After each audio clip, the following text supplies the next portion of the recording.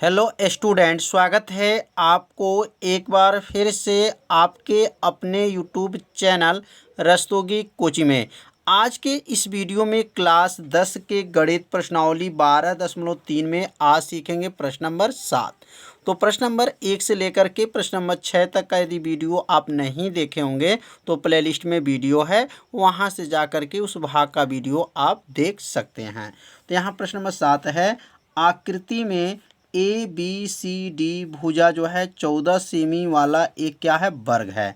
यहाँ पर आकृति देखिए, A है, BCD जो एक क्या है, भुजा इसकी कितनी है, 14। मतलब यहाँ से लेकर के यहाँ तक जो इसकी भुजा है वह 14 सेंटीमीटर का है। ABC और D को केंद्र मानकर 4 वृत्त इस प्रकार खींचे गए हैं कि प्रत्येक वृत्त 3 शेष वृत्तों में से 2 वृत्तों को क्या किए हैं, बाह्य रूप से स्पर्श किए हैं। अब यहाँ देखिए, वृत्त यहाँ खींचा गया है, यहाँ पर खींचा गया है, यहाँ पे खींचा गया और यहाँ पे वृत्त खींचा गया। तो ये एक दूसरे को क्या है यहाँ पर संपर्क किए हैं, यहाँ पर भी संपर्क किए हैं और यहाँ पर भी संपर्क हैं और यहाँ पर भी संपर्क हैं। तो छायांकित भाग का जो है क्षेत्रफल, बीच में जो है छाया भाग है, इसका जो है छायांकित भाग का जो है क्षेत्रफल ज्ञात करना है। तो कैसे क्षेत्रफल ज्ञात किया जाता है, बहुत ही आसान है। सबसे पहले यह देखेंगे कि वर्ग, सबसे बड़ा क्या है, वर्ग है। तो वर्ग का क्षेत्रफल में से यह देखिए ध्यान से, यहाँ से लेकर के यहाँ तक जो ये भाग देख रहे हैं, यहाँ से लेकर के यहाँ तक और यहाँ से लेकर के यहाँ तक और इसमें यहाँ से लेकर के यहाँ तक जो भाग है और इसमें यहाँ से लेकर के, मतलब इसको पूरा मिला जाएगा। तो यह पूरा इसको मिला दे, इसको मिला दे, इसको मिला दे, इसको मिला दे, तो एक खड़ा वृत्त बन जाएगा। मतलब एक पूरा वृत्त बनेगा। क्या कहेंगे इसको, एक पूरा वृत्त बन जाएगा। मतलब यह कोना और यह कोना को मिलाएंगे तो एक वृत्त बन जाएगा। तो वर्ग के क्षेत्रफल में से वृत्त के क्षेत्रफल को घटा दिया जाएगा तो ये बीच वाला क्षेत्रफल क्या होगा, मालूम हो जाएगा। तो यहाँ लिखेंगे हल, और हल लिखने के बाद लिखेंगे भुजा। क्या लिखेंगे, भुजा जो है कितना सेंटीमीटर है, 14 सेमी दिया गया है। जब भुजा 14 सेंटीमीटर दिया गया है तो व्यास भी तो 14 हो जाएगा, यहाँ से यहाँ तक भी 14 होगा, क्योंकि यहाँ से लेकर के त्रिज्या पुनः यह त्रिज्या, तो व्यास भी क्या होगा, व्यास जो है 14 सेमी भी हो जाएगा। व्यास भी 14 सेमी है।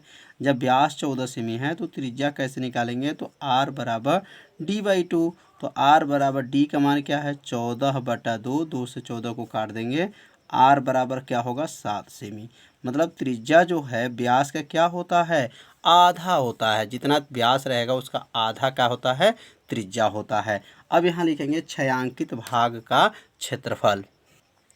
तो यहाँ लिख लेंगे छायांकित भाग का क्षेत्रफल। तो छायांकित भाग का क्षेत्रफल, तो छायांकित भाग का क्षेत्रफल कैसे निकलेगा, तो बड़े में से किसको घटाएंगे, छोटे वाले को। तो बड़े क्या है, वर्ग है। तो लिखेंगे यहाँ पर वर्ग का क्षेत्रफल, वर्ग का क्षेत्रफल माइनस क्या होगा, वृत्त का क्षेत्रफल। अब ये वृत्त कैसे हो जाए, क्योंकि चारों कोनों पे जो है यहाँ का हिस्सा और यह इसको मिला देंगे तो एक वृत्त बन जाएगा। तो वृत्त के क्षेत्रफल को क्या करेंगे, घटा देंगे। तो वर्ग का क्षेत्रफल का सूत्र क्या होता है, तो वर्ग का क्षेत्रफल होता है भुजा का स्क्वायर होता है, भुजा का स्क्वायर होता है। और वृत्त का क्या होता है, पाई R का स्क्वायर होता है। भुजा कितना सेमी दिया गया था, तो 14 दिया गया था। 14 का क्या हो जाएगा, वर्ग हो जाएगा, माइनस हो गया। पाई का मान क्या है, 22/7 होता है। और R का मान क्या है, तो R का मान 7 है। तो वर्ग है इसलिए 7 × 7, 2 बार लिखेंगे। 7 से 7 कट जाएगा और 14 का वर्ग करेंगे तो क्या बनेगा, 196। क्या होगा, 196 माइनस 22 क्या होगा, 154। अब 196 में से जब 154 को घटा देंगे तो क्या बनेगा, 42। और यही 42 वर्ग सेमी जो है किसका मान आ गया, छायांकित भाग का जो है क्षेत्रफल आ गया। कितना आसान है, बस थोड़ा सा आपको ध्यान देना है। छाया कैसे निकाला जाएगा, तो बड़े में से छोटे को घटाना है। याद रखिएगा, बड़े वाले में से छोटे वाले को घटा देंगे तो बीच वाला भी और या छायांकित भाग का क्षेत्रफल जो है निकल जाता है। तो आप सभी विद्यार्थी इसे अपने कॉपी में क्या कीजिए, ज़रूर नोट कर लीजिए। और जब नोट करिएगा तो एक नोट्स भी बनाते चलिएगा। तो अब सीखेंगे प्रश्न नंबर जो है 8। तो अब सीखेंगे प्रश्न नंबर 8। तो प्रश्न नंबर 8 है, दी गई आकृति एक दौड़ने का पथ दर्शाती है। तो यहाँ जो आकृति दिया गया है ये दौड़ने का जो है रास्ता, पथ माने क्या होता है, रास्ता दर्शाती है, जिसके बाएं और दाएं सिरे अर्धवृत्ताकार है। यह जो है यहाँ से अर्धवृत्त है और इधर भी जो है अर्धवृत्ताकार है। दोनों आंतरिक त्रिज्यखंडों के बीच की दूरी कितनी है, 60 मीटर है। इनमें से प्रत्येक रेखाखंड 106 मीटर लंबा है। यदि यह पथ 10 मीटर चौड़ा है तो ज्ञात कीजिए। अब यहाँ पे नीचे दो प्रश्न दिया गया है, तो समझ लीजिए यह जो बना हुआ है यह क्या है, एक रास्ता है, और यह क्या है, दौड़ने के लिए जो है रास्ता बना हुआ है। और इसमें जो है दो प्रश्न पूछा जा रहा है। पहला प्रश्न क्या पूछा जा रहा है कि पथ के आंतरिक किनारों के अनुदिश एक पूरा चक्कर लगाने में चली गई दूरी, मतलब यहाँ से लेकर के यहाँ तक पूरा यह दूरी कितनी दूरी होगा एक चक्कर में। दूसरा है पथ का क्षेत्रफल, मतलब ये पूरा एरिया क्या है, इसके पथ का जो है क्षेत्रफल क्या होगा। तो यहाँ पर जो है दो प्रश्न हैं, तो बारी बारी से जो है इसको हल करके बताया जाएगा। तो पहला जो है सबसे पहले जो है यहाँ लिख लेंगे हल, और हल लिखने पे नोट करेंगे, यहाँ पर हल में नोट कर लेंगे। अब देखिए यहाँ से यह जो बना हुआ है अर्धवृत्ताकार इधर बना है, और यहाँ से जो है अर्धवृत्ताकार, इधर भी अर्धवृत्ताकार और इधर भी जो है अर्धवृत्ताकार। अगर यह अर्धवृत्त और यह अर्धवृत्त मिल जाए तो एक खड़ा वृत्त हो जाएगा, मतलब एक पूरा वृत्त बन जाएगा। अब यहाँ से इसकी दूरी जो है, यहाँ से लेकर के यहाँ तक इसकी दूरी जो है 106 दिया गया। क्या दिया गया है, 106। यहाँ से लेकर के 106 जो है क्या है, मीटर है। यहाँ से 106 मीटर हो जाएगा। जब यह यहाँ से 106 मीटर है तो यह भी तो 106 मीटर होगा, 106 मीटर होगा। तो बताइए अब 106 मीटर और यह 106 मीटर। अब यहाँ से दूरी क्लियर हो गया। अब यह दूरी क्या है, तो अर्धवृत्त है और यह अर्धवृत्त है, तो दोनों मिलेगा तो एक वृत्त बन जाएगा। अब यह वृत्त का परिधि निकाल लिया जाए तो पता चल जाएगा कि ये दूरी कितनी है, मतलब ये वृत्त का जो दूरी निकलता है वो परिधि से निकाला जाता है। तो यहाँ सबसे पहले लिखेंगे पहला मान, इसमें क्या दिया गया है, समांतर रेखाओं के, यहाँ लिख लेंगे समांतर रेखाओं के बीच की दूरी, समांतर रेखाओं के बीच दूरी, समांतर रेखाओं के बीच की दूरी कितना दिया गया है, 106 दिया गया। क्या है, समांतर रेखाओं के बीच की दूरी जो है, नहीं यहाँ देखें ध्यान से यहाँ तक समांतर रेखाओं, ये दोनों रेखा जो है एक दूसरे के क्या है समांतर, इसके बीच की दूरी क्या है, 60 है। ध्यान दीजिएगा 60 क्या है, मीटर है, 60 मीटर हो गया। और यहाँ पर जो है रेखाखंड की लंबाई क्या दिया गया है, मतलब यहाँ से यहाँ तक जो है रेखाखंड की लंबाई क्या है, लिखेंगे यहाँ पर रेखाखंड की लंबाई। तो रेखाखंड की लंबाई कितना दिया गया है, तो रेखाखंड की लंबाई जो है 106 दिया गया है। तो अब यहाँ लिख लेंगे रेखाखंड की लंबाई जो है 106 मीटर दिया गया है। तो दो मान क्लियर हो गया। अब यहाँ पर जो है पहला प्रश्न में क्या पूछा जा रहा है कि पथ के आंतरिक किनारों के अनुदिश एक पूरा चक्कर लगाने में चली गई दूरी। तो यहाँ लिखेंगे, अब यहाँ पहला को हल करेंगे तो लिखेंगे यहाँ पर क्या लिखेंगे, पथ के आंतरिक, पथ के जो है आंतरिक किनारों, आंतरिक किनारों के अनुदिश एक चक्कर, एक पूरा चक्कर लगाने में चली गई दूरी, चक्कर लगाने में चली गई दूरी बराबर। अब यहाँ पर ये पथ का जो है, यहाँ से जो पूरा पथ देखे हैं इसको चली गई टोटल हमको दूरी निकालना है। तो ये दूरी किसके बराबर होगा, तो यहाँ लिखेंगे एक रेखाखंड यह है और एक रेखाखंड यह है, तो कहेंगे दो रेखाखंडों का, और यह अर्धवृत्त और यह अर्धवृत्त का हो जाएगा, पूरा एक वृत्त बन जाएगा।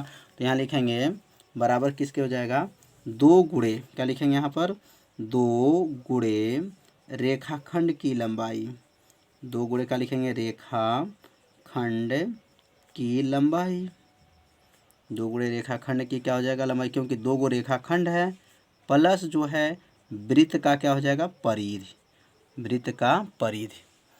अब यहाँ दोनों को जो है जोड़ लिया जाएगा, दोनों का जो है यहाँ पे जोड़ा जाएगा।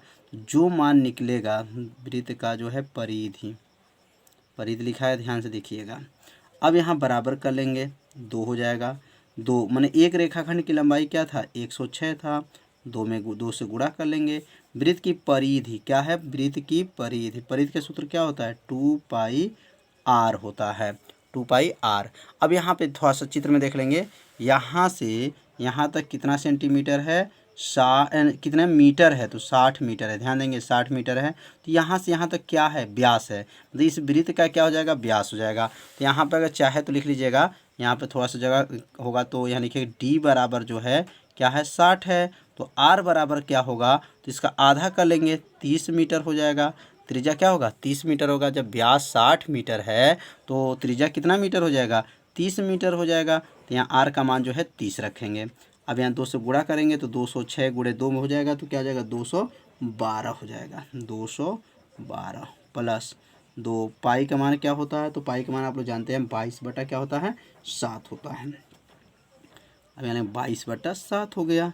और r का मान क्या है, 30 है। बराबर कर लेंगे, क्योंकि लंबाई निकालना है ना, तो टोटल लंबाई क्या होगा, 2 रेखाखंड है तो इसलिए 2 से गुणा करेंगे, 2 रेखाखंड की लंबाई। अब 2 रेखाखंड कहाँ है, एक बार चित्र में देख लेते हैं। क्योंकि एक रेखाखंड यहाँ से लेकर के यहाँ तक एक रेखाखंड है, और यहाँ से लेकर के यहाँ तक एक रेखाखंड है। तो 2 रेखाखंड हो गया, और यह अर्धवृत्त है, और अर्धवृत्त मिलकर के क्या हो जाएगा, एक पूरा वृत्त बन जाएगा। इसलिए वृत्त का क्या निकालेंगे, परिधि। अब यहाँ पे 200 क्या हो जाएगा, 12 हो जाएगा, प्लस 30 में 2 का गुणा करेंगे 60, और 60 में जो है 22 का गुणा करेंगे तो 1320, 1300 क्या हो जाएगा, 20 बटा क्या होगा, बटा जो है 7 होगा। अब इस 7 में जो है 212 का क्या करेंगे, गुणा कर लेंगे। जब 212 का गुणा होगा तो क्या हो जाएगा, यहाँ पर गुणा करने पर आ जाएगा 1484 प्लस 1320 पूरे का बटा 7 हो जाएगा। अब ये पूरा को दोनों को क्या करेंगे, जोड़ लेंगे। तो जोड़ेंगे क्या आएगा, यहाँ पे जोड़ने पर 2804 बटा क्या होगा, 7 मीटर हो जाएगा। यही जो मान निकला है, तो ये वृत्ताकार जो पथ है और रेखाखंड है उसकी टोटल जो लंबाई निकल गया 2807 बटा क्या है, बटा 7 हो जाएगा, मीटर होगा। क्योंकि दूरी की मात्रक जो होता है क्या होता है, मीटर होता है। इसलिए लास्ट में क्या लिखेंगे, मीटर। तो पहला प्रश्न जो है आप लोग अच्छे से समझ लिए होंगे। अब दूसरा प्रश्न क्या है, पथ का क्षेत्रफल। अब ये पथ का क्षेत्रफल निकालने के लिए हमको क्या करना पड़ेगा, यहाँ पर देखिए एक आयत यहाँ बना है, नीचे एक आयत बना है, इसलिए लिखेंगे 2 आयत, क्या लिखेंगे, 2 गुणे आयत का क्षेत्रफल। और इधर जो है वलय होगा, रिंग होगा, क्योंकि इसमें 2 त्रिज्याएं हैं। एक यहाँ से लेकर के यहाँ तक एक त्रिज्या है, और यहाँ से अगर देखा जाए इधर हमारा जो है इसकी जो है 10 है, और इधर भी हमारा क्या है 10 है। तो क्या होगा 60, ये क्या हो गया 70, और ये क्या हो गया 80। मतलब ये बड़े के लिए 80 का प्रयोग करेंगे, और छोटे के लिए क्या प्रयोग करेंगे, 60 जो है मीटर का प्रयोग करेंगे। तो यहाँ 2 जो है व्यास बन रहा है, एक बाह्य व्यास बन रहा है और एक आंतरिक व्यास बन रहा है। तो यहाँ लिखेंगे। अब यहाँ दूसरा प्रश्न को हल किया जाएगा। तो दूसरा प्रश्न जब हल करेंगे तो यहाँ r बराबर लिखेंगे, r बराबर जो होगा, या यहाँ r बराबर क्या हो जाएगा, तो यहाँ बाहरी जो इसको त्रिज्या कहते हैं, तो बाहरी त्रिज्या बराबर क्या होगा, तो यहाँ पर लिख देंगे, यहाँ पर बाहरी व्यास बटा क्या हो जाएगा, 2 हो जाएगा। बाहरी व्यास बटा क्या होगा, 2। तो बाहरी व्यास कितना था, तो लिखेंगे r बराबर बाहरी जो है 80 था, क्योंकि 60 और 10 ऊपर था, 10 नीचे था, तो मिल करके 80 हो गया। 2 से काट देंगे, कितना आ गया, 40। अब ये बाहरी जो है त्रिज्या निकल गया 40। अब यहाँ लिखेंगे आंतरिक त्रिज्या। तो आंतरिक त्रिज्या कैसे निकलेगा, तो आंतरिक व्यास बटा 2 हो जाएगा आंतरिक त्रिज्या। और आंतरिक त्रिज्या को किससे दिखाते हैं, r से। तो r बराबर क्या हो जाएगा, तो लिखेंगे आंतरिक व्यास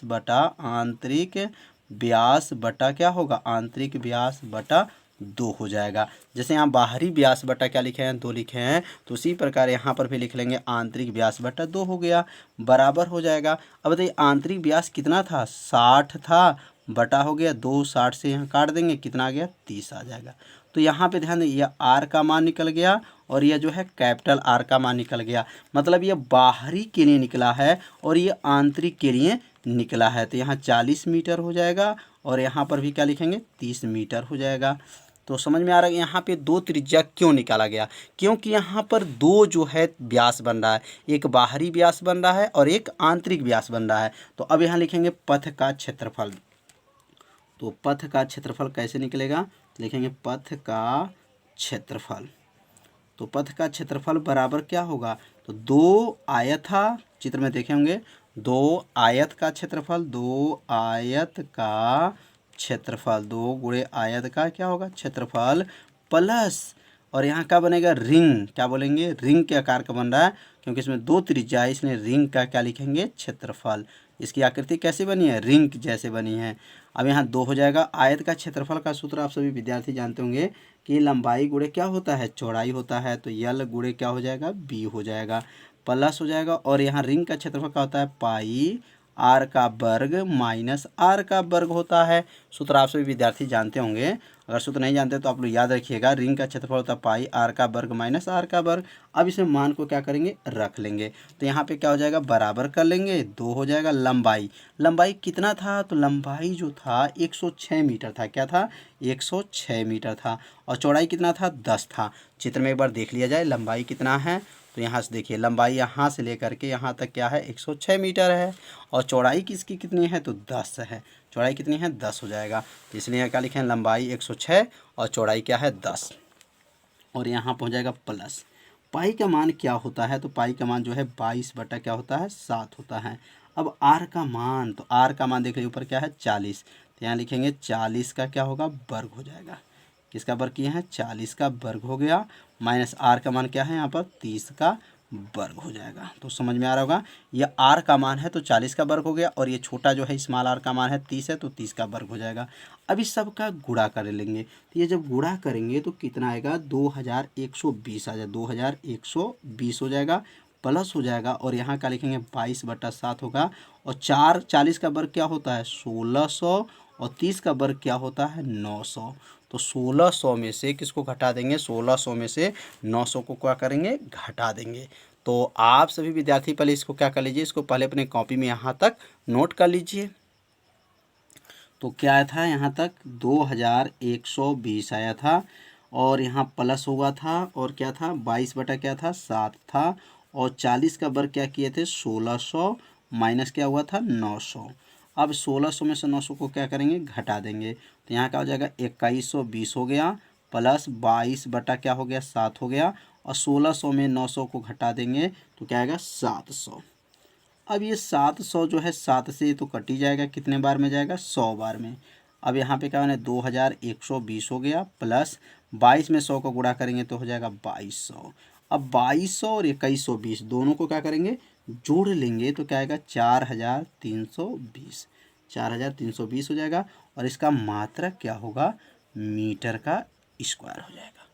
तो समझ में आ गया होगा। तो बहुत आसान विधि से बताया गया है। तो आप सभी विद्यार्थी से अपने कॉपी में क्या कीजिए, जरूर नोट कर लीजिए, और इसे एक बार और वीडियो को देखिएगा, जिससे आपको अच्छे से क्या होगा, समझ में आ जाएगा। थोड़ा सा एक क्वेश्चन बड़ा था तो आपको घबराना नहीं है, पहले इसको अपने कॉपी में हल करते नोट करते चलिए। जब इसे नोट करते चलेंगे तो आपको अच्छे से क्या होगा, समझ में आ जाएगा। तो आज के वीडियो में जो है इतना ही रहेगा। और जो है यदि आप मेरे चैनल पर पहली बार आए होंगे तो चैनल पर को क्या कीजिएगा, आप सभी विद्यार्थी जरूर सब्सक्राइब कर लीजिएगा, और वीडियो को ज़्यादा से ज़्यादा जो है अपने सभी दोस्तों के पास जो है शेयर जरूर कर दीजिएगा। तो मिलते हैं अब अगले भाग में, तब तक के लिए सभी विद्यार्थियों को नमस्कार।